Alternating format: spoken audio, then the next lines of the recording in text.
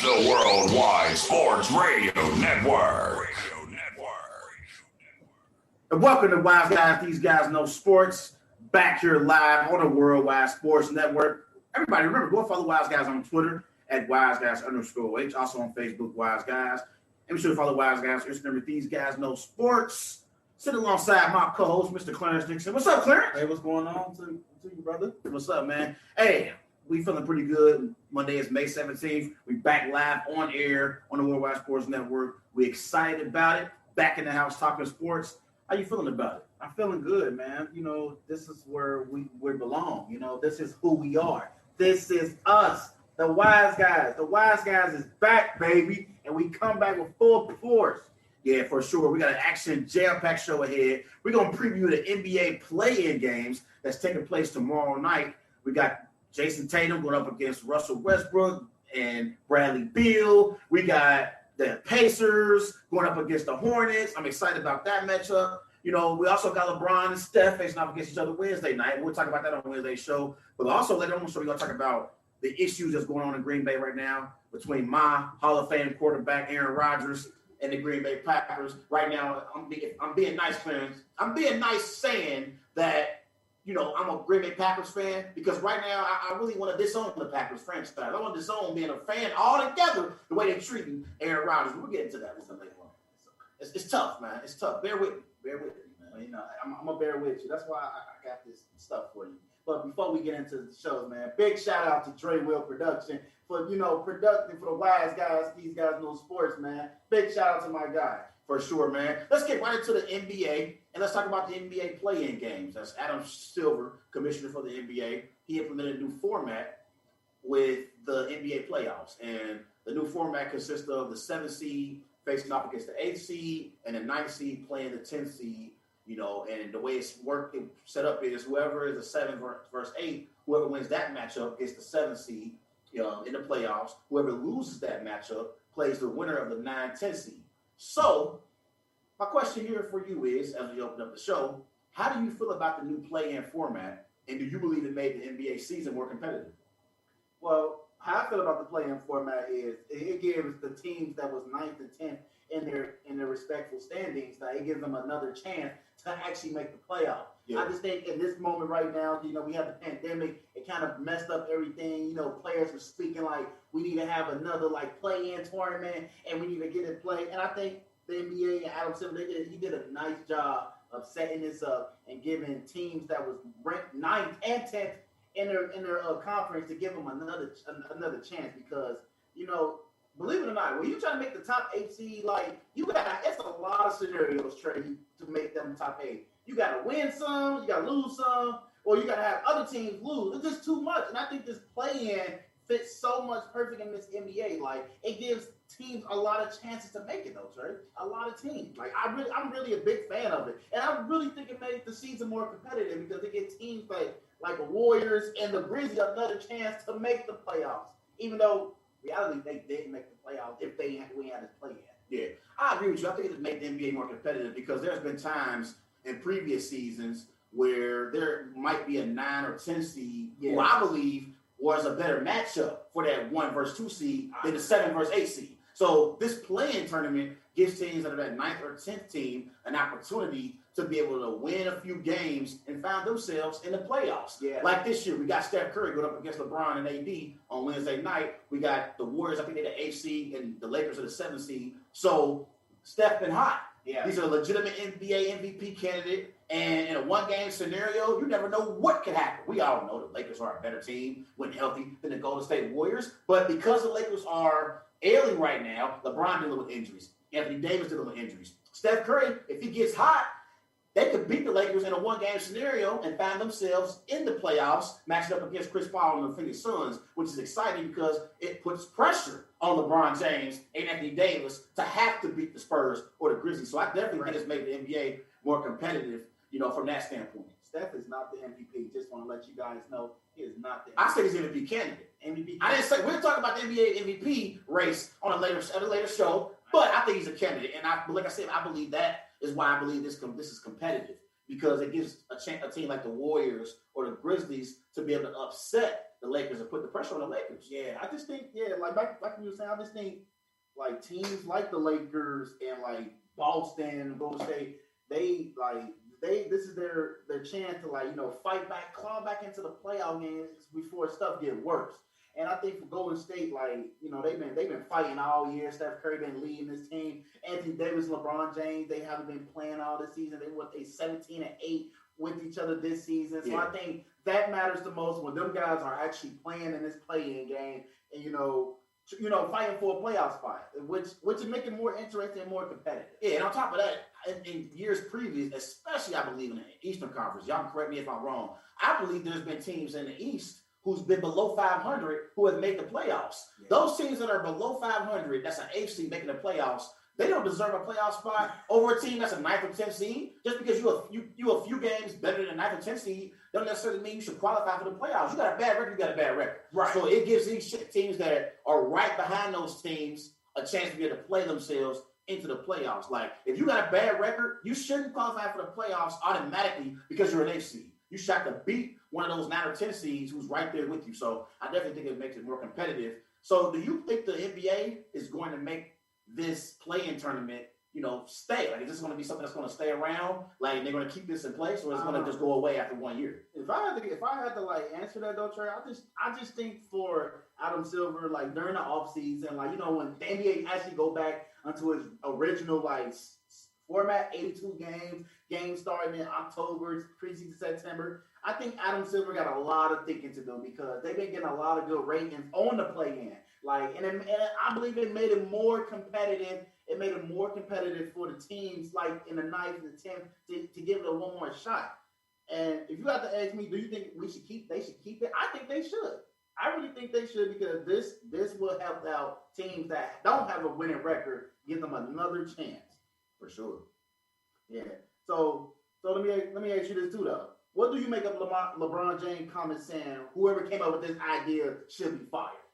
Oh, I think LeBron James should be ashamed of himself, those comments. Man, I love LBJ. We know LeBron James, 4-time champion, multiple MVP award winner. I ain't got nothing but respect for LeBron James. Definitely one of the top 5 players that ever played a game of basketball. But LeBron James, maybe top 3, man, we can have that argument on a different show on a different day. But I just think LeBron James is really being kind of a hypocrite in this situation, Clarence. I'm going to tell you why. Because last year, I remember when LeBron James' Lakers in the bubble was a top 3 seed in the Western Conference. They might have been the number 1 seed or number 2. I don't necessarily remember. But they were a top 3 seed in the West last year. And I recall LeBron had a comment where he said teams like my Portland Trail Blazers, the Memphis Grizzlies, they can fight it out for that final 8th playoff spot in the playoffs. Right. And he said this last year, and now all of a sudden, because his team is struggling with injuries this year, and because they're in the play-in game, now LeBron James all of a sudden want to say whoever created this idea should be fired. Ain't it funny how things change after a year? I think LeBron James is wrong here, and I think he's been a little bit of a hypocrite because it's his team now that's in a position where they can get knocked off and not even participate in the NBA playoffs at all. Even though I don't think that's going to happen, but it's just kind of hypocritical by LeBron James doing this. It looks very hypocritical because it's like the tables turned on him. You was a top 3 seed in the bubble. Now you're a play-in team. So all the pressure is like kind of sort of on him though. You know what I'm saying? Because it's like the teams that like the Portland Trail Blazers and the Memphis Grizzlies, they have to crawl back until to really fight for a play-in spot. In Portland, they work their asses off to get to second round from the play-in. Yeah. So I think that it was kind of hypocritical that he said that. I just think he was very bothered by what the reporter said, or it was a bad game that game. Yeah. And he didn't know how to answer that question. So it probably caught him off guard a little bit, but in reality, I just think I just don't think he's really overreacting to this. You know what I'm saying? I think this is a great idea from Adam Silver and LeBron. He's just kind of sad because he's in the play-in, right? And he don't know how to hold his emotions too. Yeah. The tables have turned this year. Yeah. The Lakers are now 7th seed in the Western Conference, and we all know the Lakers were healthy. They will be a top 3 seed in the Western Conference. No questions about it.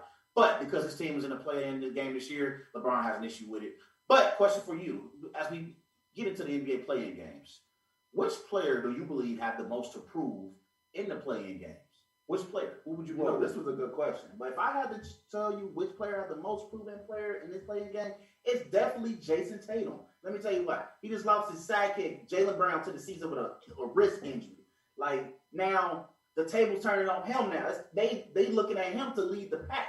And believe it or not, him and Kemba Walker are the two main scorers on the team now since Jaylen Brown is down. So now they got to fight a good Wizard team. Honestly, Trey, a good Wizard team that can really like get off to a fast start and play real fast with Russell Westbrook and Bradley Beal. I just certainly think that like Jason Tatum has the most pressure in his playing game over LeBron James and Steph Curry. Over LeBron James because he lost his sidekick, and now you're gonna be seeing him take a lot of shots. You're gonna see him take a lot of shots that he took before and that he didn't feel comfortable taking because now they lost their other scorer, their other superstar. Everything has been relied on him. You know what I'm saying? Yeah. So I'm picking Jason Tatum with the most the player that got to prove something. Okay, so you roll with Jason Tatum. Yeah, I disagree with you. And I'm going to tell you why. You said it at the beginning of what you were talking about. When you first started talking, you mentioned about Jaylen Brown. We all know Jaylen Brown is an up-and-coming star. Yeah, I said star in this NBA. He has formed a dynamic duo alongside Jason Tatum. But because Jaylen Brown is injured currently, I believe the Boston Celtics expectations got thrown out the window and they slid tremendously because I feel like now they're not a team that we believe can actually make a legitimate run in the Eastern Conference. Right. I think Jason Tatum is now just playing by himself as far as when it comes to stars. And we know they're not getting to the Eastern Conference Finals plans. It's not happening when you got the Philadelphia 76ers and Joel Embiid, who's having an MVP caliber season. You got the Brooklyn Nets and they trio with James Harden, Kyrie Irving, Kevin Durant. You got the Milwaukee Bucks, who's still trying to get back to the Eastern Conference Finals and possibly get to the finals with Giannis on their squad. So once the Boston Celtics lost Jaylen Brown, my expectations for them dipped tremendously because I know they can't beat none of those top three seeds in the East. It was questionable whether or not they could beat any of those top three seeds in the East with Jaylen Brown and Jason Tatum both healthy. Now that Brown is out for the season, it's not happening. But my player, who I believe has the most pressure and the most improved in these playing games, is none other than Mr. Triple-Double himself, Russell Westbrook, man. I got to roll Russell Westbrook, man. On the season, Russell Westbrook averaging 22 points per game, on 44% shooting from the floor, 12 rebounds per game, 11 assists per game. This brother has been playing on another level, and he has been in that MVP conversation, like as far as someone who's elevated his team to be where they're at. But my biggest issue with Russell Westbrook is, and this is why I feel like the most pressure is on him, they are 34-38 right now. Mm-hmm. There is no way in hell, or there's no reason why the Wizards with Bradley Beal, with Russell Westbrook should be 34-38. Y'all should be a top 5 seed in the Eastern Conference. You got one of the best backcourts in the NBA. This is Russell Westbrook, one of the greatest point guards in NBA history. This is Bradley Beal, a premier scorer in our league. Bradley Beal averaging, I believe, like 29 points per game this year. He was in competition with Steph to win the scoring title. So I believe because the Wizards have underachieved, because they should be higher than a 8 seed. They should be higher than 8 seed, Clinton. I don't even care what nobody says. So because they're an 8 seed and they've underachieved, they got a losing record. If Russell Westbrook can't get the Wizards past the play-in round, it would be a major disappointment for Russell Westbrook and Bradley Beal. Well, he couldn't get it past when he played against when he was at OKC with Carmelo Anthony and Paul George. I just think, that Wizards team, they started off sloppy. Let's just get that out the way. They started out pretty bad and then the season. And then they have to, learn how to play with each other and build that chemistry. And I think that's what they did, and they're playing wonderful right now. Westbrook is leading this team, and he's doing a great job. But the difference between when he was in Oklahoma City and now, when he was in Oklahoma City, they made the playoffs. I believe they were a top 5 seed each time they were in the postseason when he had Melo and Paul George.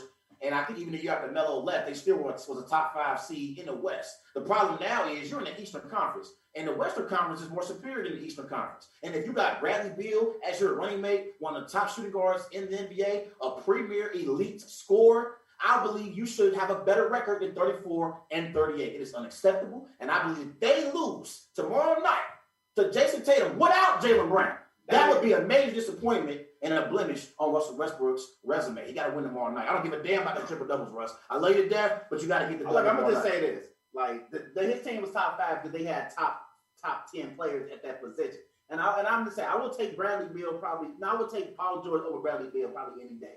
I'm just want to. It's questionable for me because I've seen Paul George come up small in the playoffs. We'll talk about that on a different day. What about Beal? Beal really hasn't been in the postseason. The last few years before Russ got in Washington, the Wizards were the laughing stock of the NBA. They were awful. He needed another player to lead him. Like John Wall led him, now Russell Westbrook is leading them. But let me ask you this. What's the keys to the game in this matchup between the Wizards and the Celtics? All right, my keys to this matchup is going to be, will the Boston Celtics bench give them any production? I'm talking about Tremont Waters, Grant Williams, Jabari Parker, they just recently signed, Romeo Langford. Can they get some production from their bench? Because even before Jaylen Brown's injury, I felt like all year long, the Boston Celtics were a top-heavy basketball team. Like, after their starting five, the bench didn't give you any significant production. Like, the bench was awful. Like points a game. Yeah, it was bad. Like, the starting five, when you got Kemba, Tatum, Brown, Tristan Thompson, Daniel Tice was, in that lineup before he was traded, they produced. Marcus Smart too. Marcus Smart, not forget about him. They produced, but the problem was when they went to the bench, they didn't have no quality bench players on their team. And I blame some of this on Danny Ainge. Danny Ainge, the general manager for the Boston Celtics. I love Danny Ainge. He's very accomplished, but he's coming up. He came up short this year as far as developing his team. This team is not a team that's a championship contender. Even when they had Jaylen Brown and Jason Tatum, it was questionable. So I believe the bench is going to be key for them in this game. Can they get some production from some of those guys? Number two for me is going to be the health of Bradley Beal. Bradley Beal been dealing with a hamstring injury. So he's on this season, he's averaging 31 points per game on 49% shooting. If Bradley Beal isn't healthy, I believe that's a recipe for disaster for the Wizards. And I think the Celtics will have a chance at winning this game. So that's my second key. Is Bradley Beal healthy? My third key is going to be, who's going to be that consistent third scorer for the Washington Wizards? Is it going to be Thomas Bryant, who's averaging 14 points per game on 49% or 64% shooting? I think he's hurt for the year. He's gone for the year. He's gone? Yeah. Towards ACL. Early in his career, in his season. Okay. So is it going to be him? Is it going to be who's going to be that third consistent scorer? I like Rory Hamachiara, the guy from Japan. Okay. Who's going to be? It got to be somebody. Somebody got to step up for him. Somebody got to step up for him. That's my three keys. See, I got 3 keys to the game, but I'm going to give you like a top key for each team because it's all going to matter. For the Celtics, is the keys to that game is Kemba Walker is going to step up and clutch moments and in this game because they need him more than anything. Yeah. He's been quiet during the season and he been behind Jason Tatum and Jaylen Brown, but is he gonna show up? Is he gonna show up and give them baskets that they need? Because I can't rely on Marcus Smart giving me 20 points. Right. If I'm getting 20 points out of him, he's gonna have a bad shooting percentage. So I'm relying more on Jason Tatum and Kemba, like carrying the scoring load, but also the guys on the bench and the other ones, can they support them on that scoring load? Yeah. Like in a scoring load. And for the Wizards, you already said it. Bradley Beal, is he healthy for this matchup tomorrow? Right. Because this is gonna be an intriguing matchup. They have history with each other. They don't like each other. I remember the Wizards came in Boston with all black on because it was a business trip. That's how they was explaining it. Can Bradley Beal stay healthy? Because I believe if he's healthy, this game will be so much different for the Wizards, and it would be more easier for them. It wasn't Westbrook. He can't jacking all these shots, Trey. Yeah. We know about Russ. When the pressure's on him, he jack up a lot of shots. Yeah, and you're talking about the history that the Celtics and the Wizards have had in the playoffs. I remember back, I believe, 2015, 2016, I think they made the playoffs and won 7 games. It was Isaiah Thomas for the Celtics. Oh, yeah. John Wall for the Wizards, Jay Crowder. Yeah, I remember back and those times. But let's get to the next question on this. Who do you trust more, Jason Tatum or Russell Westbrook, to win this game? Which player you put your trust in more? I probably put my trust more in Russell Westbrook only because he brings that tenacity, energy to the team. Like you said, that third scorer can be a valuable scorer in this play-in game tomorrow. Like he can bring best out of players to score. Like David Bertans. It was his first time I ever seen him dunk the ball. I almost caught a body. Russell Westbrook helped him elevate his confidence. And if Westbrook can elevate these players' confidence, I think they're gonna be above water. So I think I can trust Russell more than Jason. Jason shot up a lot of shots. I'm not gonna disregard that, but they don't have Jaylen Brown to support him when he's in bad shooting slumps. And when he's in bad shooting slumps, they're either getting blown out or Kemba got to bring them back. But I trust Russell Wilson more because, he's a field general. He get players involved. And if Bradley Beal is healthy, they can be very dangerous. See, I disagree with you. I trust Jason Tatum more to win this game, even more than Russell Westbrook. As great as Russell Westbrook is, and I respect the hell out of Russell Westbrook. Again, like we know he's won MVP. He has a final appearance on his resume. He's a triple-double king. You know what I mean? Like Mr. Triple-Double himself has the most triple-doubles of all time. I love Russell Westbrook, but I also know that Russell Westbrook, in pressure moments, in playoff games, Russell Westbrook is careless at times with the basketball. Like sometimes his greatest strength is his biggest weakness in playoff pressure moments. That's my biggest issue with him. Like I know how great he is, and I know he's a great all-around point guard, but when it comes down to pressure moments in games, he sometimes does too much. Yeah. And sometimes he needs to take a little bit off that motor, and that's the biggest issue that I have with him. I trust Jason Tatum because Jason Tatum on the season, he's averaging 26 points per game, 7 rebounds per game, 4 assists, and he plays big in playoff games, Clarence. I remember in the 2018 Eastern Conference Finals when he was a baby going up against LeBron James and the Cleveland Cavaliers. Jason Tatum averaged 18 points per game on 50% shooting from the floor in that Eastern Conference Finals that year. And I don't know if you remember, and I believe it was Game 5 that year in the Eastern Conference Finals. Jason Tatum dunked on LeBron. Yeah, I remember that. He dunked on LeBron and looked at him like, I ain't scared. I'm ready for this moment. And then lost 2 straight games. He lost 2 straight. He did, but he was a baby. It's LeBron James. There ain't no shame in losing to LeBron James. So I think Jason Tatum is one of those players that love the big-time moments, and he steps up and makes plays for his team to win games. So I trust Jason Tatum, believe it or not, more so than I trust Russell Westbrook in this play-in game. So let me ask you this, though. Move to the next question, though. Will Brad Stevens continue his postseason struggles, or will Scott Brooks outcoach Brad Stevens? I think Brad Stevens is going to coach well in this game. Like I think sometimes Brad Stevens gets a bad rap because I believe Brad Stevens is a coach in the NBA. That's a respected coach. You got to remember, so far as head coach of the Boston Celtics, Brad Stevens has a record of 318 to 246. He's won 56% of his games. He's been to the conference finals 3 times in the last 4 years. 3 out of 4 years. 3 out of the last 4 years, Brad Stevens has been to the Eastern Conference Finals. And you got to remember, he came into the NBA as a winning coach when he coached at Butler. At Butler, he won 77% of his games with a record of 166 and 49. So I think sometimes Brad Stevens gets a bad rap. And I think Brad Stevens is one of the most respected coaches we have in the NBA. I think this year the Boston Celtics have struggled because of their roster construction, not necessarily coaching. And I think like the Celtics as a team has to improve. And I think that's on Danny Ainge more so than Brad Stevens. I think Brad Stevens, will do well in this game and coach pretty good. You're basically saying like the problem with Brad Stevens is he's lacking of building a team, a championship. I believe that the problem is on Danny Ainge. So Danny Ainge, he's failed to build a team. I think the roster construction of the Boston Celtics is an issue. I love Jason Tatum. I love Jaylen Brown as a dynamic duo and players that you can build your franchise around. But I think the problem is they haven't put the right pieces around them, to make them even better and make them get over that hump and finally get to the NBA Finals. I see, like, they passed on Anthony Davis. They wanted Anthony Davis, but they failed to bring him in. They talked about even getting Paul George at one point. Yeah, at a point in time. Yeah. They just missed on a lot of players, though. Like, Danny Ainge, I don't know what in his hell, man, we think bringing in, like, Gordon Hayward. And no disrespect to them, though, but I just think they didn't have the impact that he would want. Like, you know what I'm saying? He expected them to have that superstar tangible impact, but he couldn't. They couldn't give it to him. Like Gordon Hayward, he broke his leg first year. Second year, he was kind of iffy. But I'm gonna tell you this: I think Scott Brooks is in position to outcoach Stevens because the Celtics roster is not in good shape to play, and if Bradley Beal is healthy and he's ready to go, I think Brooks go have a game plan to double team and trap Jason Tatum. Right. So I think that would be his key thing, like getting the ball out of Tatum's hand. So I think Scott Brooks will outcoach Stevens. Which team has more pressure to win this game, the Celtics or the Wizards?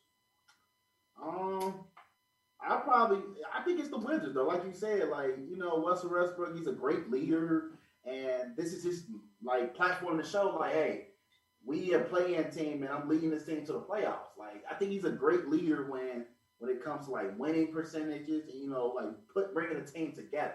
because they started off horrible over the season. Everybody was clowning them. Oh, he get a triple-double, they lose. He get a triple-double, now they winning. Right. So I think the most pressure in this one is the Wizards, though, because, the Celtics, they got an excuse. Like, their season hasn't been going as planned, and Jaylen Brown just got hurt. So I just think that they just took a huge step back, Trey, a huge step back. So I think the Wizards got the most pressure.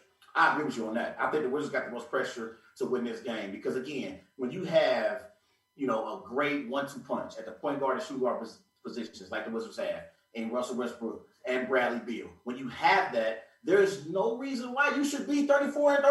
I agree. There's no reason why you should have a losing record. And I believe because Jaylen Brown got injured, again, I believe the Wizards are the better team right now. They're playing better. Had Jaylen Brown not got injured, and it was basically Jaylen Brown and Jason Tatum versus Russell Westbrook and Bradley Beal, I probably would have picked the Celtics because I know how erratic and how all over the place Russell Westbrook can be in playoff games. But when it comes to pressure, I believe the Wizards have more pressure simply because Jaylen Brown is now out and nobody has expectations for the Boston Celtics to go far in these NBA playoffs. So I believe the Wizards have more pressure when you have a dynamic duo with Russell Westbrook and Bradley Beal. When you talk about dynamic duos at the point guard and shooting guard positions in the NBA, I'm thinking about Kyrie Irving, James Harden. I'm thinking about, Steph Curry and Klay Thompson when healthy. I'm thinking about those type of dynamic duos, at the point guard and shooting guard positions. Mm-hmm. Bradley Beal and Russell Westbrook deserves to be top 5 in that conversation. Top 5. Hell yeah. And there's no reason why they should be 34-38. Are you kidding? Who else? Point guard, shooting guard? Name me 5 better point guard, shooting guards. You said point guard, shooting guard. Yeah, I'm talking about duos. Like Steph, Klay. You know what I mean? Kyrie, Harden. Come on now. Russell Westbrook and Bradley Beal is a top 5 point guard, shooting guard duo in the NBA. What y'all think, listeners? Everybody that's on Facebook right now, remember, go and follow Wise Guys on Twitter at WiseGuys_OH. Also on Facebook, Wise Guys. And be sure to follow us at WiseGuys_OH on Instagram. Who do y'all believe is a top 5 point guard, shooting guard duo in the NBA? I say Russell Westbrook and Bradley Beal is a top 5 PGs, SGs in the NBA. I believe that. That's just what I believe. Yeah, I think I gotta do my research on that. But let's talk about, will the winner of tomorrow night's game, which team will be more competitive against the Brooklyn Nets? Because whoever wins this game, they have to play the Brooklyn Nets in the first round. So which team will make the series more competitive? Whether it be the Wizards or the Celtics? I'm taking the Wizards on this because they play at a fast pace and they like to score the ball in transition a lot. And Russell Westbrook, him and KD, they have history with each other. Hell, even KD and Harden, they all got history with each other, And I think it's gonna be not emotional, but some emotional is gonna be coming out because they're Westbrook plays hard. He's a competitive. So when he's playing against a top team, he's gonna go his hardest. He's going to want to play every game, every hard. So for Bradley Beal, I think it's for him. He needs to, jump on the wagon, hey, we're competitive. We're going to make this Nets team tough. We're going to make it hard for them. Yeah. But I just think, out of them, between the Wizards and Celtics, I got the Wizards that's more competitive. If the Celtics end up winning this game tomorrow and they play Brooklyn, it's a clean sweep, man. I agree with you. We ain't got to spend too much time on this question. It's a clean sweep. I believe we talked about all year how the Brooklyn Nets have struggled defensively. And that's been one of their issues. As great as they are offensively with James Harden, Kyrie Irving, and Kevin Durant, they have struggled at getting stops at times throughout this season. So I believe that if you're going up against Russell Westbrook and Bradley Beal, I believe Bradley Beal and Russell Westbrook can score the basketball pretty much at will against that Nets team. I just don't think they're going to have enough in the end to be able to win a series. And I will say this. The only thing I would say as well when it comes to the Washington Wizards and the Brooklyn Nets, Russell Westbrook can be erratic at times. And he can sometimes let the game get the best of him. And I know Russell Westbrook going up against former teammates like James Harden, like Kevin Durant, he's going to want to put on a show against those brothers. You know it. He's going to want to put on a show against James Harden and Kevin Durant. And I think that could be at the detriment to his team. Because sometimes he can do too much. And I think he might do a little bit too much against Kevin Durant and James Harden. Therefore, I believe the Wizards will probably lose in 5 games in that series. That's probably the best answer you said for right now. Who wins tonight? Who wins tomorrow night? Wizards or Celtics? I'm rolling with the Washington Wizards to win the game. I roll with the Washington Wizards. I believe they're the better team currently playing right now. and I'm going to roll with Russell Westbrook and Bradley Beal to get the win over a lonely Jason Tatum. Yeah, a lonely Jason Tatum. So you just saying forget Kemba? Okay, I forget you. Kemba just been inconsistent this year. I'm taking the Wizards in this one. I think Scott Brooks is gonna find schemes to like double team Jason Tatum, make sure he get the ball out of his hand. He's gonna make it very frustrating for that guy, man. I just think that the Celtics they're in a bad shape right now, Trey. I'm sorry for it, man. Yeah, they definitely are. No, man. Oh, well, so first of all, before we go into this though, I want to do this. Because I know I'm about to. Okay. Yeah. I'm about to. I'm gonna need it. Yeah. So Adam Schefter reports that Aaron Rodgers has informed that the Packers doesn't want to return to the team. Matt LaFleur said we want him back in the worst way, and the way how you acting, you need him back in every single way, Trey. And I seen the Packers sign 2 quarterbacks in the last 2 weeks. Blake Bortles signed to a 1-year contract last Thursday, and they signed Ben Kurt for a rookie minicamp tryout. Yeah. So Trey, are you becoming nervous that Aaron Rodgers has played his last game as a Green Bay Packer? Put that right there for you. Yeah, I'm gonna need it. I need it. It's okay. Clarence, to be honest with you, I'm beyond nervous. Okay, I'm becoming more scared each day that goes by, and I'm not hearing the Green Bay Packers and Aaron Rodgers agree on a long-term deal that will, solidify Aaron Rodgers retiring as a Green Bay Packer. And right now, Clarence, my emotions is probably I'm more angry than sad. But I began sad about the whole situation. Like, and you gotta bear with me. You gotta bear with me as I talk about it. Look, I felt some pressure. You gotta bear with me talking about my Packers, man, because it's okay. When the news first broke about how Aaron doesn't want to return to Green Bay anymore, and it broke, on draft night. It's okay. On draft night, it broke, and that's not a coincidence. It's not a coincidence that the news dropped about Aaron Rodgers no longer wanting to return to Green Bay on draft night. Okay, I was completely thrown off, and it seemed like a very calculated move by Aaron Rodgers. Would you agree? Like, Aaron knew what he was doing. A year ago, they drafted Jordan Love, and they didn't inform Aaron Rodgers they were going to draft Jordan Love. So I feel like Aaron Rodgers purposely told his camp, put up that news about me wanting to be out on draft day. That was a calculated move by Aaron Rodgers. He ain't fooling me. It was calculated. And then after that, you heard, about reports that Matt LaFleur, then general manager for the Packers, Brian Gutekunst, and president Mark Murphy, how they flew out to the West Coast and they tried to convince Aaron to come back. And Aaron refused. He refused. and he refused to give them any type of commitment. And at this point, he seems very dug in. And as time went along, Clarence, it transitioned from, sadness to anger, okay? I am angry about what the hell is going on with my star quarterback and the Green Bay Packers. Like, it is insane the way the Green Bay Packers are treating Aaron Rodgers, Clarence. It's beyond ridiculous at this point because it shouldn't even have got this far for Aaron Rodgers. You know what it reminds me of? It reminds me of that person in that relationship. Like, we know people that's married, that's in relationships, it's that person that has been mistreated the entire relationship. They've been upset the entire relationship with their partner. And then their partner finally get it. Like, man, I can't lose out on my significant other. But the person who's been getting mistreated the entire time is already dug in. They already dug in. They already like, no matter what you say, it's over. I'm done. That's what it seems like is happening right now with Aaron Rodgers and my Packers. He seems dug in. No matter what you do, no matter how much money you give me, I ain't coming back, bro. I ain't coming back. So hold on, I'm almost done. I got you, man, because I'm emotional about this. And I'm again, my sadness has turned to anger. That's where it's at right now. We're talking about the great Aaron Rodgers. Aaron Rodgers, on his career, 412 touchdown passes, just 89 interceptions, completed 65% of his passes, 3-time NFL MVP. He got a career record 126, 63, and 1. He's won 66% of his games. And you could even give him the respect to inform him that you're going to draft Jordan Love. It's about communication. That's what it's about. It ain't even about necessarily the roster. I don't think it has nothing to do with the roster. I think my Packers are right on the cusp of getting to the Super Bowl and possibly winning it. I think it's more about the communication to Aaron Rodgers. That's his biggest issue right now with general manager Brian Gutekunst. if you're going to draft Aaron Rodgers' replacement, at least inform Aaron Rodgers and tell him, hey, we're going to draft Jordan here. He's going to learn behind you. Okay? We're not going to put Jordan in. He's not going to be in as a starting quarterback for another 4 or 5 years. Yeah. Okay? He's going to learn behind you. They didn't even give Aaron Rodgers the respect clearance to inform him that they're going to draft his replacement. It was disrespectful. Asher said one Super Bowl, though. Only one Super Bowl, though. What do you mean? What do you mean? He commented on it. I ain't with that ass. So yeah, it's anger now, players. One more thing I'm gonna say. One more thing.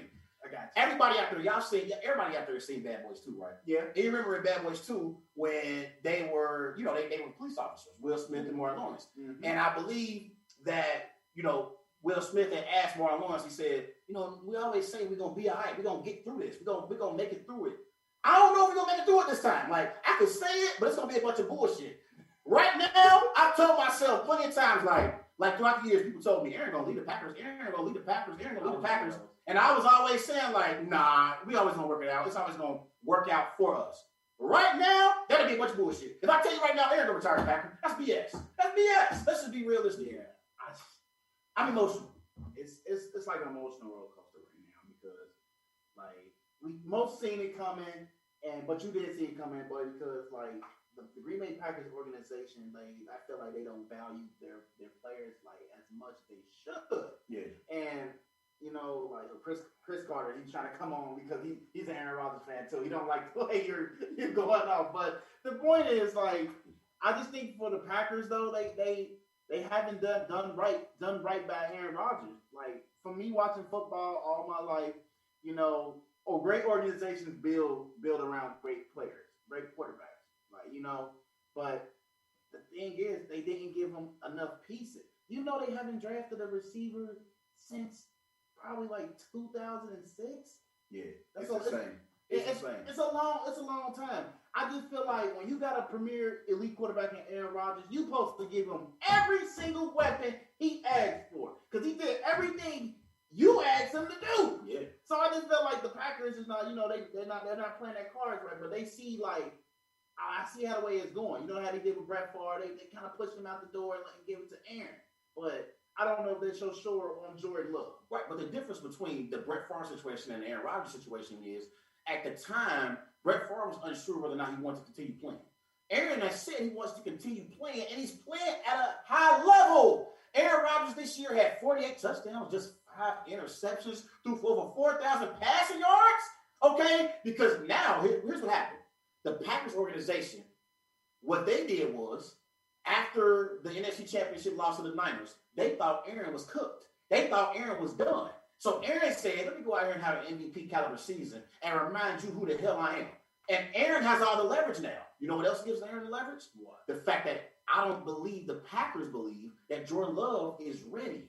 So that gives Aaron Rodgers even more leverage. Because if Jordan Love was ready, then the Packers would just say, all right, Aaron, we'll just trade you away. We'll trade you away, or you can just go home and sit, and we're not going to trade you. Like, those are two different things that can happen. But because the Packers organization knows that Jordan Love isn't ready, Aaron has even more leverage. But we forget about how great Aaron is. Like, Aaron has carried this Packers franchise. He has carried the Packers franchise. Have y'all forgotten in 2014, Aaron got the Green Bay Packers to the NFC Championship game against the Seattle Seahawks and the Legion of Boom? Have y'all forgotten about that? Have y'all forgotten in 2016, the year when we went 4-6, and Aaron said, we're going to run the table? What happened? We ran the table. Won 8 straight games. It was 4-6, remember? Won 6 straight games, got to the playoffs, then in the playoffs won 2 straight games, and got to the NFC Championship against MVP Matt Ryan and the Atlanta Falcons. We ain't have no business being in no NFC Championship game. Did we? Remember that year? We ain't had no business being in the NFC Championship game, and we got there because of Aaron Rodgers. Y'all better put some respect on Aaron Rodgers' name. I think the Green Bay Packers need to put more respect on Aaron Rodgers' name, though. But, I got to ask you this question, man. So, if the Green Bay Packers decide to trade... Don't ask me that. Don't ask me that. You can answer that. I'm being Hey, Trey, turn on that ear. Turn on Aaron. It's hot. No. He got to understand it. He has to understand. If the Green Bay Packers had to trade Aaron Rodgers, who is the best fit for him? Let's take a deep. Yeah. There you go. Yeah. Right there. I You're mostly scarred. Man, I just can't even imagine Aaron Rodgers not retiring the Green Bay Packers. I can't imagine him playing in no other uniform with that green and gold. Let me ask you. Let me make the question more smooth. Can you help me out? You answer it first. I think the best fit for him, though, first of all, don't send him to no NFC team because you're going to ruin your own plans if you send him in the same conference and that team get even better and better. I think the best fit for him is, everybody been saying it, it's the Denver Broncos because they got young weapons that's ready to compete, and they're lacking quarterback play up there in Denver. And I think they got a good defense, a whole that can stop. They can make good stops. Plus, you're going to be playing Patrick Mahomes twice, and you're going to be playing Justin Herbert twice, and you're going to be playing the Las Vegas Raiders twice. So that's a good, fun division to watch. And I think the Broncos will give him more, security. You know what I'm saying? Yes, Aaron Rodgers, in his career, he had good O-line, bad O-line, decent O-line. But the Broncos, they're a metal-packed offensive line with literally underrated weapons. And they need to, once they get that elite quarterback, you'll see a whole different result from them. I think the Denver Broncos is the best fit for Aaron Rodgers. But I know his value is very high. At least 2 first-round picks. It is. But Clarence, let me just be honest with you. The Bengals need a backup. I'm going to let. No, stop. You stop. Don't you say nothing like that. I'm just saying. Don't you dare say nothing like that. We need an elite backup. Joe Burrow couldn't shine Aaron Rodgers' shoes on his best day. Joe Burrow couldn't shine Aaron Rodgers' shoes on his best day. But listen, I'm not going to answer the question about who's the best trade scenario, who could give up the best pieces for the Packers in the trade for Aaron Rodgers. Because you know why, Clarence? I'm not ready to accept the fact that it's a possibility that Aaron Rodgers is going to play for another team. Okay, so I'm not ready to answer this question. We can move on. We can talk about the NBA next because I'm not ready to answer which team I believe is the best fit. Aaron Rodgers be a Green Bay quarterback week 1 in the Superdome against the Saints? Yes, I'm going on record. I feel like the Aaron Rodgers and the Green Bay Packers era will continue. It will continue as bad as it is right now, Clarence, okay? I believe that the Packers and Aaron Rodgers need some time apart. They haven't. They've been flying out to the West Coast to try to convince him to come back. So they have give Aaron some space. Give him some space. And one more thing I want to say. I think also the worst part about this thing is Aaron has other things going on outside of football. That's the scary part for me. He could just retire. He really could. He could be because right now he's trying to be the host of Jeopardy. He's a candidate to be he's a candidate right now to become the permanent host of Jeopardy. So Aaron got other things going on. And he could just retire and say, all right, you guys are going to trade me. I'm going home and I'm going to sit. I have plenty of money. I got plenty of money. I have nothing to lose here. I got money. I got status. I got fame. I'm one of the greatest quarterbacks to ever play a game. So that's the thing that makes me scared too. I just think that, this is going to be a big one. When training camp comes, that's when you really go break down, is Aaron really there? We definitely got to move on, though. We definitely got to move on back to the NBA storyline. So, Trey, I wanted to ask you this, though, because I've seen this all over social media, and I've been looking on Instagram as well, if they have a graphic of who's the biggest surprise. Who do you think is the biggest surprise and disappointment in the Western Conference? Let's start in the Western Conference. My biggest surprise in the Western Conference, I'm going to roll with the Phoenix Suns with a record of 51-21. Chris Paul has really helped this team, and he has elevated this team to being a top 2 seed in the Western Conference. Monty Williams, head coach of the Phoenix Suns, has done a great job putting the players in positions to be successful. We saw this last year, Clarence, in the bubble when they went undefeated. You remember they went undefeated, and they had a shot at the playoffs, but I think the Blazers and the Grizzlies ended up winning, a few more games. But I believe the Blazers and the Grizzlies were already farther ahead than the Phoenix Suns. But the Phoenix Suns went undefeated last year in the bubble. But I think the Phoenix Suns is my biggest surprise in the West. My biggest disappointment in the Western Conference is the New Orleans Pelicans. This year, they 31-41. And this team... James, you better be listening to this. Yeah, they're my biggest disappointment in the Western Conference. The Pelicans, they've been awful defensively. And that's being nice. They've been completely awful defensively. I had high expectations for the New Orleans Pelicans, given the fact that they got a nice duo that's young, and Brandon Ingram and Zion Williamson. And I thought they could at least compete for a top 8 seed. I thought they would at least be a 6, 7, or 8 seed in the Western Conference. The Western Conference is a gauntlet. Okay, it's multiple teams that's championship contenders, in the West. So seriously. And I thought they could at least be like a 7 or 8 seed. Didn't happen this year, Clarence. So they're my biggest disappointments this year. So my biggest surprise is the Phoenix Suns. My biggest disappointment is the New Orleans Pelicans. All right, I like that. I think my biggest surprise in the Western Conference Finals is the Phoenix Suns. I love the way how Chris Paul transitioned from the Thunder and came to a Suns team that haven't made the playoffs in almost a decade. Yeah. And almost. And I think he transformed this team into a future team that can make the playoffs consecutive years. And he helped Devin Booker elevate to that all-star level. So I think the Suns, they did a good role. They had a good run. And Chris Paul, he was a great leader. Yeah. He finally unleashed that Devin Booker that we wanted to see for a long time. I think they're my biggest surprise. My disappointment in the Western Conference Finals, I think my biggest disappointment in the Western Conference Finals is, it is like the New Orleans Pelicans. We got the same answers. So let me tell you why. Because I love Zion. I'm a huge fan of Zion. Yeah, huge fan of Zion. And I think if they could at least make the top 6, you at least crack the play-in. Because they got a lot of talent. Lonzo Ball broke out. He shot over 200 threes.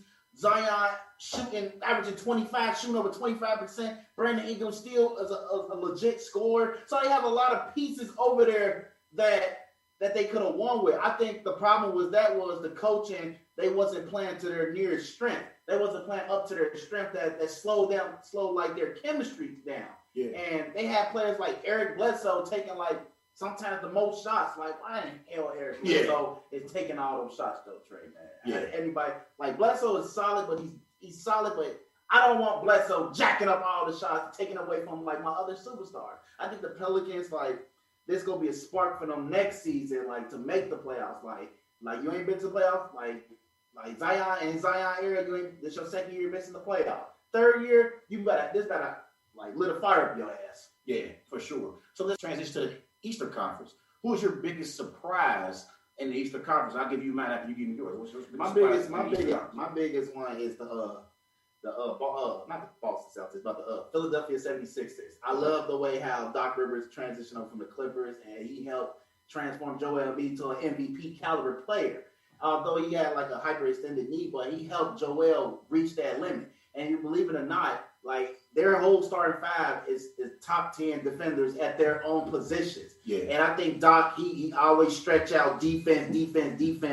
And the relationship that him and Ben Simmons have, they like it gets super closer because they're like, they're unorthodox. They do stuff very differently, but they get to like be compatible together. I think that's my biggest surprise in the Eastern Conference. My disappointment is the Boston Celtics. They started off sloppy. They was getting beaten by low under 500 teams. Jaylen Brown got hurt. I think this was a big disaster year. Like Danny Ainge, he's failed Brad Stevens again by not giving him good players to build around and win long term. Right. So I think they need to go back to the drawing board to fix that problem. Okay. My biggest surprise in the Eastern Conference this season is those New York Knicks at 41-31. I believe the New York Knicks is the biggest surprise, not only in the Eastern Conference, they're the biggest surprise in the NBA. Yeah, they shocked the world. Yeah, they shocked the world. The New York Knicks have been playing at a high level, and this is the first time they have been in the playoffs since the 2012-2013 NBA season. Guess who was over there? Guess who was there? My man, Carmelo Anthony, leading the charge. But the New York Knicks are playing great basketball, being led by Julius Randle, averaging 24 points per game, 10 rebounds per game, 6 assists. I believe Julius Randle should get serious consideration for NBA's most improved player. I think he's an MVP candidate as well, dark horse, but I don't think he's going to win the NBA MVP. But I do believe he could possibly win NBA most improved player, Clarence, because I agree. Julius Randle's been playing at a high level. I watched the game last week when they went up against the Lakers, and you could see Julius Randle competing with AD. Like, he went right at Anthony Davis. Yeah. Like, he is not scared of anyone. Like, I respect Julius Randle because he's one of those players who you could tell been working on improving his game. Yeah. You remember the Lakers let Julius Randle go for nothing. Like, they didn't trade him. They just let him go. Like, they let him go. Like, so I love how Julius Randle's playing this year. And I also love the fact that they have Tom Thibodeau as a head coach leading this team. Yes, and I think Tom Thibodeau should win NBA Coach of the Year. He'll get my vote because I believe his defensive, mindset has led to this team. They're one of the top defensive teams in the NBA. Mm-hmm. And him bringing in players like Derrick Rose, like Taj Gibson, players who know his system, I believe that has led to the success of the New York Knicks. So I got to give the New York Knicks the title as being the biggest surprise in the NBA this season. And I think they're going to be a team in the first round that could possibly win their first round series. They're going to go up against the Atlanta Hawks. I think it could go. I think it could go 7 games. Sweet. It's going to be the opposite of a sweep. I think that series could go the distance. I really do. But my biggest disappointment, you took my answer, is the Boston Celtics. The Boston Celtics being at 500, they're 36-36. I had big expectations for the Boston Celtics because they've been in the conference finals 3 out of the last 4 years. And I thought the next step for them would be getting over that hump and making it to the NBA Finals. Because I think Jason Tatum and Jaylen Brown are a great dynamic duo. And I think they're two of the best young players we have in the NBA. And I feel like this year, Clarence, they just took a step back. And I think it's more about roster construction. And I'm going to say something that I disagree with you about, because you mentioned this earlier.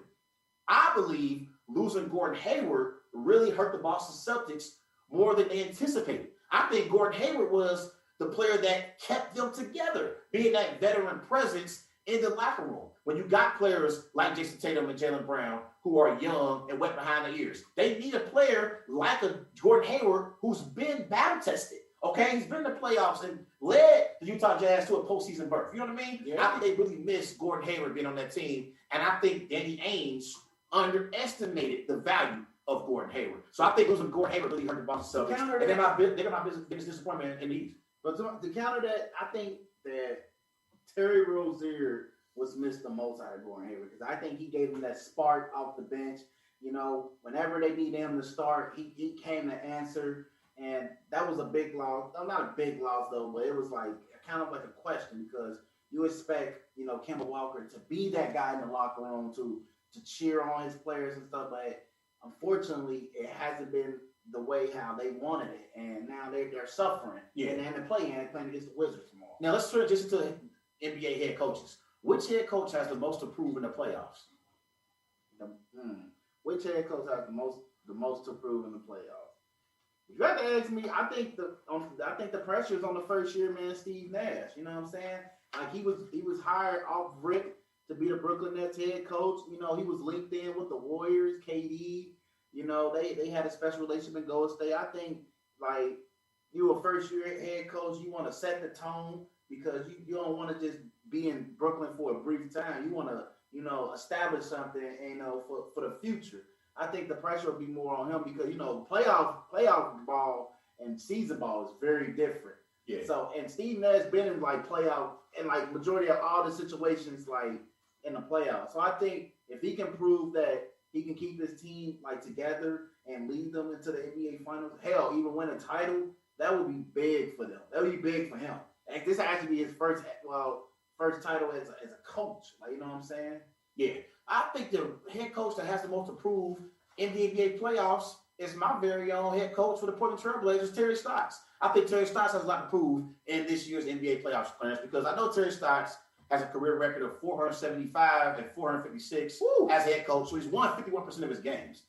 But he's had the luxury of coaching a superstar like Damian Lillard, and also a good player, not great, because I think he's good, in CJ McCollum. So that's a dynamic duo as well at the point guard, shoot guard spots in the NBA. And in 7 years, as being the head coach of the Portland Trail Blazers, they've only had one conference finals appearance. Comparing that to Brad Stevens. Remember Brad Stevens? We were talking about him earlier. Brad Stevens has had the Boston Celtics in the conference finals, I think 3 years. Yeah, three times. 3 out of the last 4 years, he's had them in the Eastern Conference Finals. Terry Stotts has only had the Blazers in the Western Conference Finals only once. So his record, again, is almost just about at 500, above 500 just a little bit. But I think Terry Stotts has a lot to prove, because he's just one of those coaches that I think he knows basketball. He knows the game. But I just think sometimes you need one of those coaches that can relate to Dame on a whole nother level. You know what I mean? I think sometimes he comes across as just being, all right, it ain't nothing special about him. Yeah, I just think, like Terry Stotts, like I feel like if he at least get out the first round, or at least make it to a second round, he's possibly be gone, because seems like they're about to be moving in a new direction pretty soon. So I think he need to prove himself like he still can be a head coach in this NBA. I definitely guarantee agree with you on about that, my brother. Yes, sir. Now let's transition from NFL. And let's talk about Tim Tebow and the Jacksonville Jaguars. They're expected to sign former quarterback Tim Tebow to play tight end. This move will reunite Tim Tebow with collegiate head coach Urban Meyer. So, question for you, Clarence. Is this a good idea or a bad idea to sign Tim Tebow to the Jacksonville Jaguars? See, this got me in a loop right here. You know what I'm saying? I feel like Urban brought in Tebow just for familiar faces and like a business, like for the business aspect of it. And he brings a good leadership in the locker room that you will love about him. And the thing about Tebow is, like, he worked very hard to start in this NFL. He beat out players, except for Mark Sanchez. He couldn't beat Mark Sanchez in New York.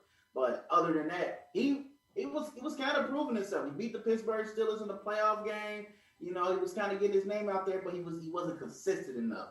So I think this was like a good idea that you bring in like a familiar face that with Urban Meyer though, Trey. I think so because it helps bring the locker room together and it helps push out the expectation what Urban Meyer will want. And because Tebow already know the expectation what Urban Meyer has in play. I just think he needs more help pushing out the expectation for what he wants from the Jacksonville Jaguars. I think Tebow's going to be big for Trevor Lawrence, though. Let me ask you a question. Yeah. Do you believe that Tim Tebow can play tight end in the NFL? Yes or no? I want to know the answer. Yes or no? I think that's. I want to say no, but I think. I want to hear it. Yes or no? Can Tim Tebow play tight end in the NFL? Well, I think he's athletic. I think he can play tight end. I think he can play tight end. He's one of those guys that you got to line him up H-back, tight end too. You know, someone you could just trick around with. Hell, do a Philly special. I'm just saying this. He wasn't coming in to be a quarterback. So he had to transition to another position that he feel comfortable playing. And tight end, he's feel comfortable playing. He has a good size. He's good size for it. And I think I don't think you make a huge impact, but I think he'll make a huge impact in the locker room. And hell, he might play. I think he might score like 3 touchdowns in the season. Stop it. Hey, I'm betting on it. Stop. Can y'all look? Y'all hear what I have to deal with? We're going to Indy to place these bets that Tebow scores more than 3 touchdowns this year. You should be banned from talking football. No, seriously. Seriously. You really just said it's a good idea to bring on Tim Tebow. So if it's a good idea to bring on Tim Tebow, why the hell Tim Tebow been out the league all these years? Well, he was playing baseball, and he was a host. Because he couldn't play quarterback in the NFL. That's why he transitioned to tight end. But here's the thing, though. He didn't want to transition to tight end when he still was in the league. He was too stubborn. He was too stuck in his ways. He was so hell-bent on being a quarterback, he couldn't realize, like, hey, I can't play quarterback. I'm not very good. Let me transition to tight end to be able to stay in the league. He didn't want to do it then, so why do it now? He's 34 years of age. I can see if Tim Tebow was 26, 28. He's 34, okay? He is over the hill, okay? My biggest issue with this is, why are you doing this in the first place? If we know Tim Tebow can't play tight end in the NFL, you don't deserve a roster spot. You just don't. There are other players that have played this game of football and other players like that are out there that are unrestricted free agents or players that want to have a dream to just play in the league.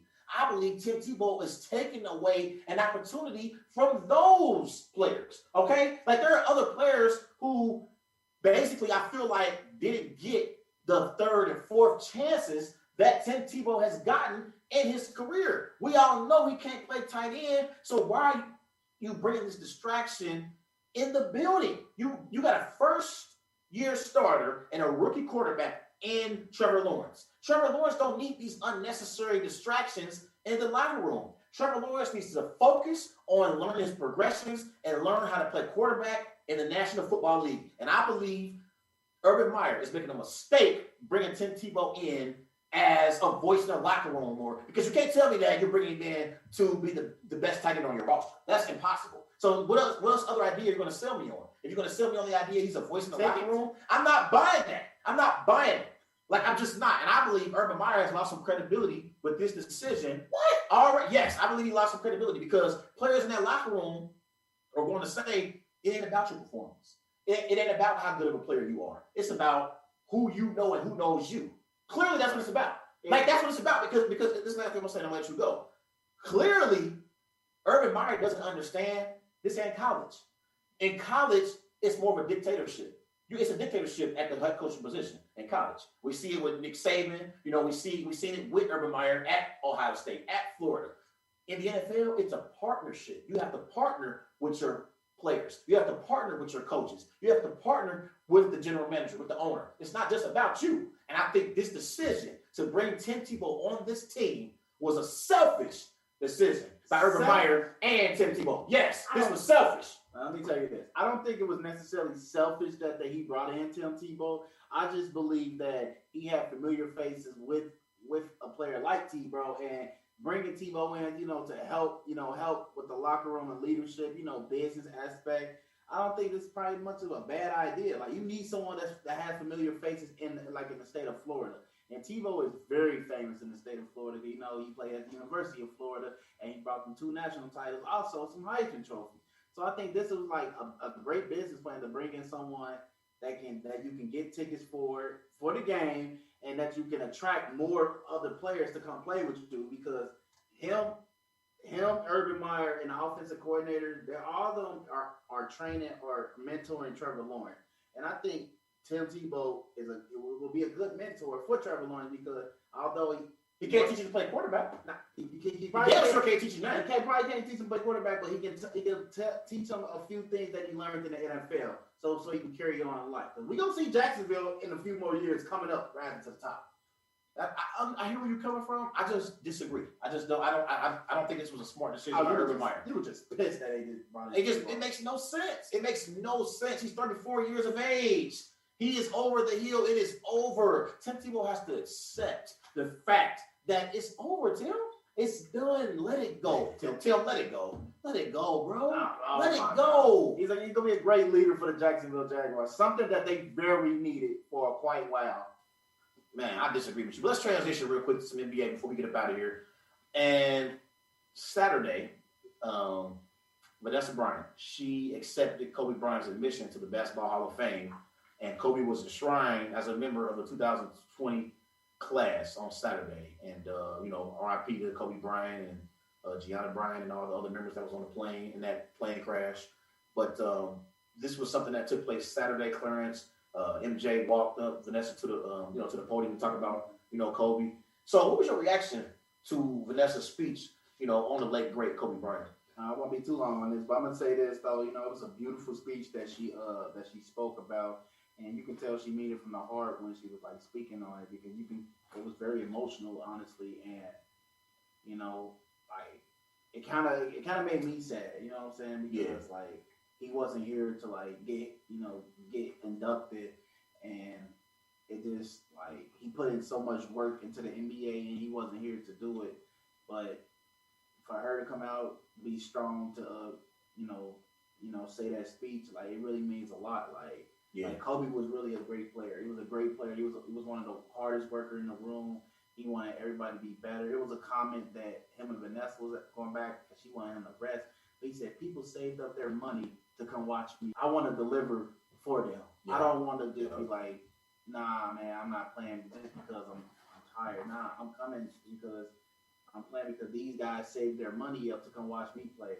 So he was more dedicated a lot in basketball, and that speaks a lot, and it left a mark on the NBA.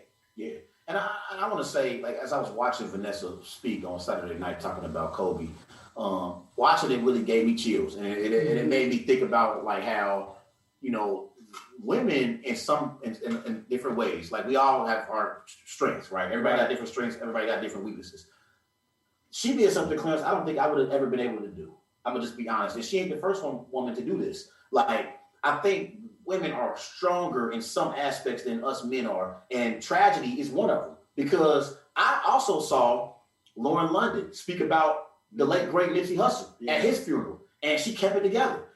Vanessa did, speaking about Kobe, she kept herself together.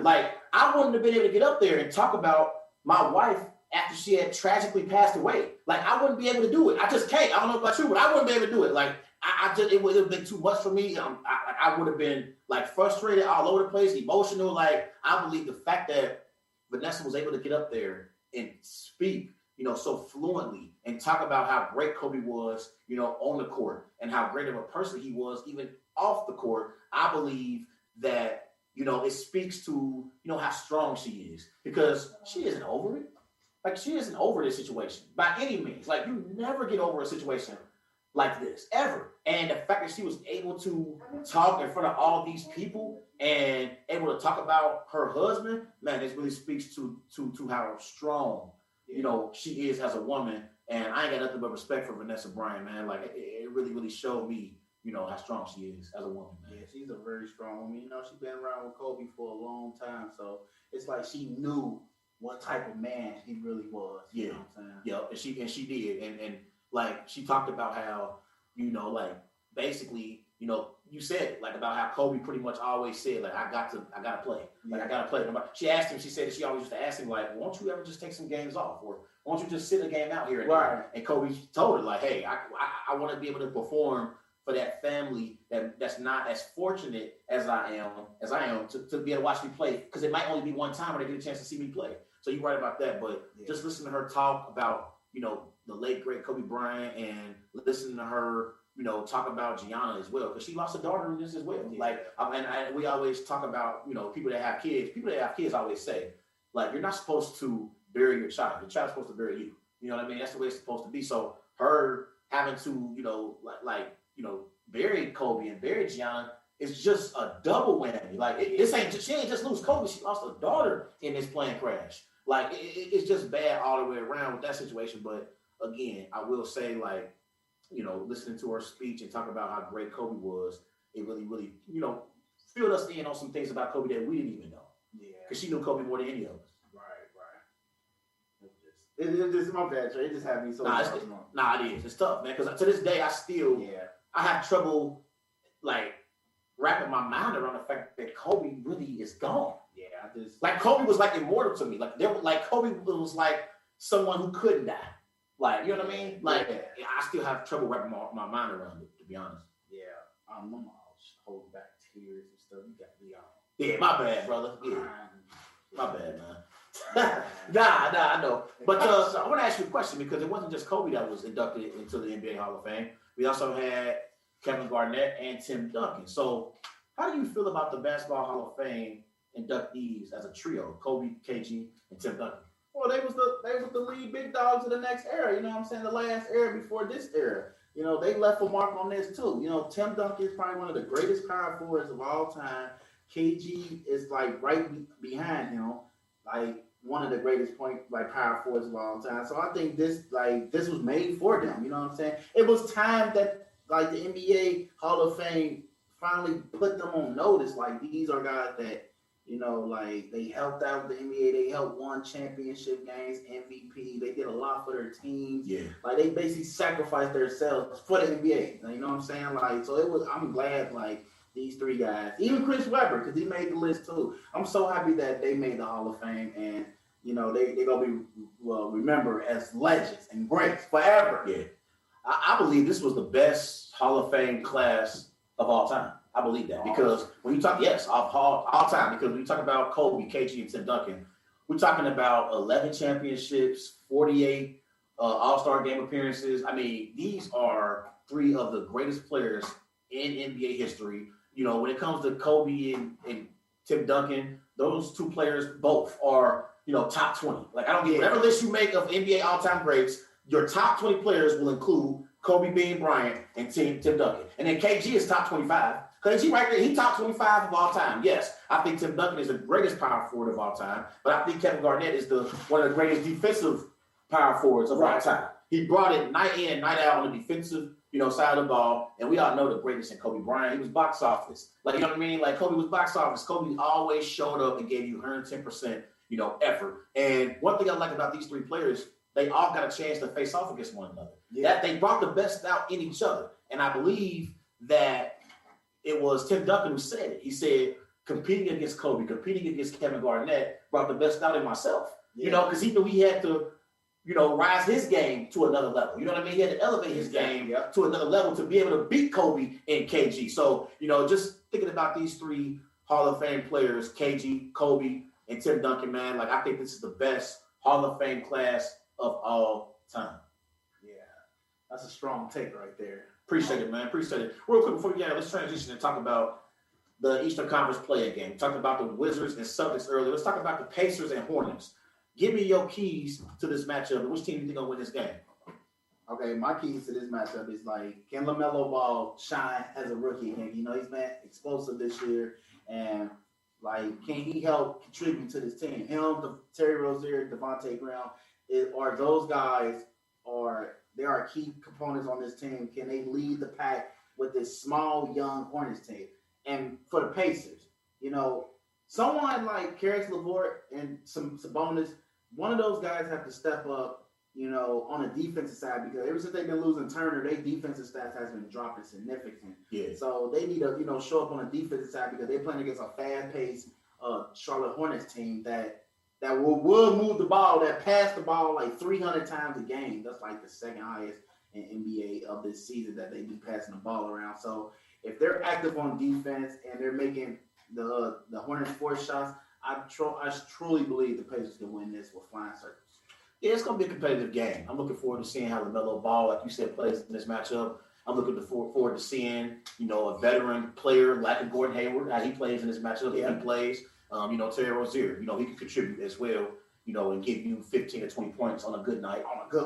For sure. So, I'm looking forward to seeing what the Hornets do with their, those three premier players, and Ball and Rozier and Hayward. When it comes to the Pacers have been dealing with a lot of injuries this year.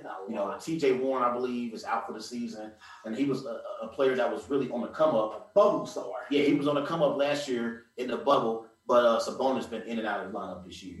LeVert, been in and out of the lineup this year with injuries. But I believe Sabonis and LeVert are set to go in this game, and I think, Karis LeVert is one of those players who has superstar potential, man. Like I've seen him play, and I like his game a lot. I really like his game. Yeah, he's very smooth, and he learned a lot from Kyrie. Letting the game come to him, and he's done a fantastic job, controlling the pace. I think he's going to be a special player in the future. Yeah, and in this matchup, the Indiana Pacers, they trying to snap a 9-game loser streak in the playoffs, and they haven't reached the second round since 2014.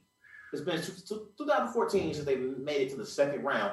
They're one of those teams that always get in the playoffs, but they never really make any noise. Like, they haven't really made any noise since Roy Hibbert, David West, Paul George on that team. Yeah, I know exactly the team you're talking about. I just think this Pacer team, they're lacking superstar. They're like Sabonis.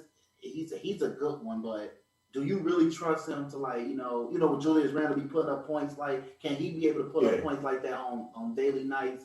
Can Karis LeVert? This is his moment to actually be the star that they're looking for. I love Brogdon. Brogdon is a great point guard for them. He just needs someone that complement him. That's what LeVert's supposed to come in. Right, and when you look at the Charlotte Hornets, at one point, the Charlotte Hornets, they were the 8th seed, and all they needed was one win. Exactly. One win to be able to qualify for the play-in game as the 7 versus 8, and they lost 5 straight. And so now they're in a position to where one loss and your season is over. So the Hornets kind of are on a slide here. They lost 5 straight games. They were in a position to be in that 7-8 play-in game and only need one game to advance. Yeah, I've been pissed. They've been losing a lot. I'm a big LaMelo fan, though.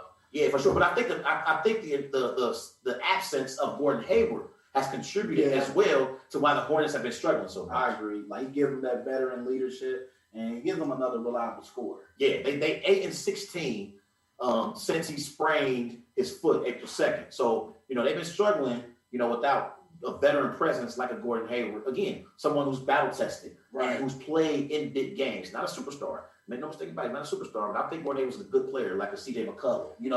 He's like that. He can contribute and give you, nice quality minutes. I probably take CJ over Gordon. I probably would too, but it's close. It ain't no significant gap between them. He's a better scorer. Hayward can play. I think CJ got the over him on the better score. Yeah, slightly, but not that much though. Hayward can play now. Yeah. I don't see no Hayward, but who are you picking to win this game? You got Hornets or Pacers? The game is going to be played in Indiana, by the way. I'm a big LaMelo Ball fan though, but this matchup is going to be a toss in the water for real. It's going to be a toss-up. But if I had to choose, I think I'm taking the Pacers, though, because they're more established than the Hornets, and I think they can, control the game at their pace, and they be able to, take off on their time and control everything around them. I think if they can get Sabonis in them and box scores and Karis LeVert shooting good, I think they can steal this one. They can win this one flying circles. Oh, man. Everything basically leads me to want to pick the Pacers because on the road this year, the Hornets are 15-21. So they've been an awful team on the road. They play much better at home. And they got one of the best announcers in the NBA. I don't know if you've ever listened to him make his calls, but he's a great announcer. Want to be screaming, yeah, man. Shout out to him, man. He's one of the best announcers we have. Yeah, he's one of the best announcers that we have in our business. But I'm going to roll with the Hornets to win this game. I got the Hornets advancing to play either the Wizards or the Celtics, which I believe will be the Wizards. You said it as well. We both got the Wizards winning over the Celtics, but I think it's going to be the Wizards and the Hornets in the play-in game to see who gets that final seed. I agree. We'll see. We'll see how that plays. It's gonna be a good match. Actually, wait a minute. I'm sorry. It will be the Celtics. Yeah, it will be the Celtics versus the Hornets, but in the Celtics versus the Pacers for you. Yeah, because if the Wizards win, they advance. Right. Yeah, so that we got it right. Yeah, so I got the Hornets. He got the Pacers. We both rolling with the Wizards to beat the Celtics. Excited about the Eastern Conference play-in games. Everybody, remember go and follow Wise Guys on Twitter at WiseGuys_H. Also on Facebook, Wise Guys. And be sure to follow Wise Guys on Instagram at These Guys Know Sports. Big shout out to Dre Real Productions on the production side tonight. And everybody go and download that Worldwide Sports Network. We'll be back live on Wednesday, 7 p.m. to 8:30, and we won't be late. We promise. We promise to be on time. Technical difficulty. We promise to be on time. We're here this time. But excited for it. We're going to also break down the Western Conference play-in games on Wednesday. Yes. Everybody have a great night. It's good to be back, baby. It's the Worldwide Sports Radio Network.